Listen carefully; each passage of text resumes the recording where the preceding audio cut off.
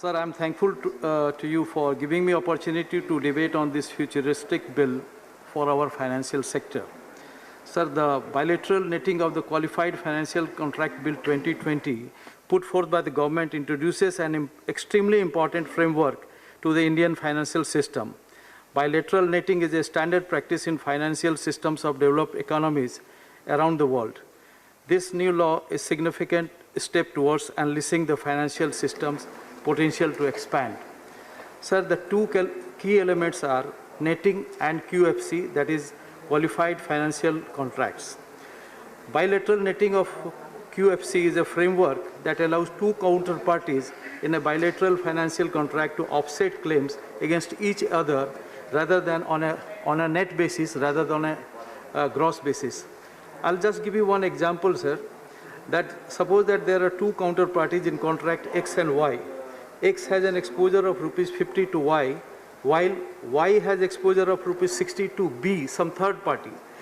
The gross exposure in the contract is 110 rupees. Whereas in the present system, where bilateral netting is not permissible, the two system has to put aside capital for a potential exposure of 110 rupees. Whereas this large amount of capital being set aside prevents the two parties in contract from carrying out other businesses. However, if there is a netting facility, the fact that the next exposure will be only rupees 10, so the requirement of margins will come down heavily, and these funds can be utilized or better utilized by the respective parties, and this will be helpful for them. But then the QFC mechanism has to be in place. Sir, the capital is freed up by this system, and we all know that in a growing economy like India, we need the larger capital very badly, particularly for infrastructure projects. Sir, there are two major benefits out of this. Firstly, in terms of over-the-counter transactions, this will help in expanding product range. The bilateral netting framework enables the creation of a credit default swap CDS market, a crucial element of any dynamic corporate bond market. The freedom from high capital requirement necessary till date will allow financial institutions to trade credit default swaps without the risk of having to terminate such operations abruptly if the need arises. These new advantages for the corporate bond market will allow it to grow rapidly and generate further capital that can be reinvested. Sir, a strong bond market is needed by the large and growing infrastructure sector, and it has been mentioned by many concerned people time and again. This will pave the way for having a very strong bond market in India. Sir, the second advantage is there exists a global consciousness on imposition of margins for a non-centrally cleared over-the-counter derivatives.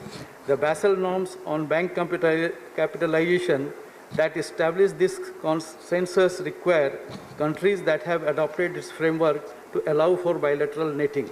Such margin on a gross basis would make the transaction, as I told earlier, is very costly, but the net offsetting would significantly improve the possibilities of efficient and cost-effective margining. Taken together, CDS, over-the-counter derivatives, and hedging instruments make up a significant share of the corporate financial market. By facilitating growth on all these fronts, the bill in question creates grounds for wholesale expansion of India's financial market. And sir, now the QFC has to be regulated, and for which very rightly the authorities which have been authorized to do that, Reserve Bank of India, SEBI, IRDA, International Financial Services Center Authority, Pension Fund Regulatory Authorities. These are the authorities which will be regulating the QFCs, because the netting facility backed by QFC is the key element for these provisions. Sir, the enforceability of bilateral netting of QFC is laid out clearly under Section 5 of the bill, a proviso that prevents any non-qualified financial contract in a netting agreement, and that is an agreement that provides for netting amounts involved two or more QFC from invalidating the enforceability of netting QFC is specified under Section 5(1)(a). Sir, the third kind of safeguard this bill provides is for the invocation of closeout netting. Closeout netting is the termination of all obligations arising out of a QFC in the case of a default by one party or the occurrence of termination event as specified in the netting agreement. It is also worth mentioning that under Section 6(4) of the bill, closeout netting is made applicable to all QFC and participants. Furthermore, parties to the QFC are to ensure that all obligations owned by one party to the other under the contract are replaced by a single net amount. Sir, जब हम देश को आगे बढ़ाना चाहते हैं तो हमें जब 5 ट्रिलियन इकोनॉमी की बात हो रही है तो अपने फाइनेंशियल मार्केट को भी बहुत तेज़ी से आगे बढ़ाना पड़ेगा and these are the mechanism which are needed to be there so that we can take it forward.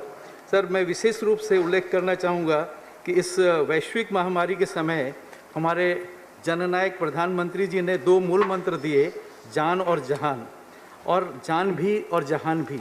मुझे गर्व है कि इस सरकार जहां की एक टीम जान के लिए सब कुछ कर रही है, वहां दूसरी टीम जहान के लिए, भारत को आगे बढ़ाने के लिए बहुत कुछ कर रही है. और ये सब कदम और इस तरह के प्रावधान जो कभी किसी ने सोचा नहीं था वो हमने कर रहे हैं. इसके लिए मैं बधाई देना चाहता हूं और इस बिल का समर्थन करता हूं. धन्यवाद.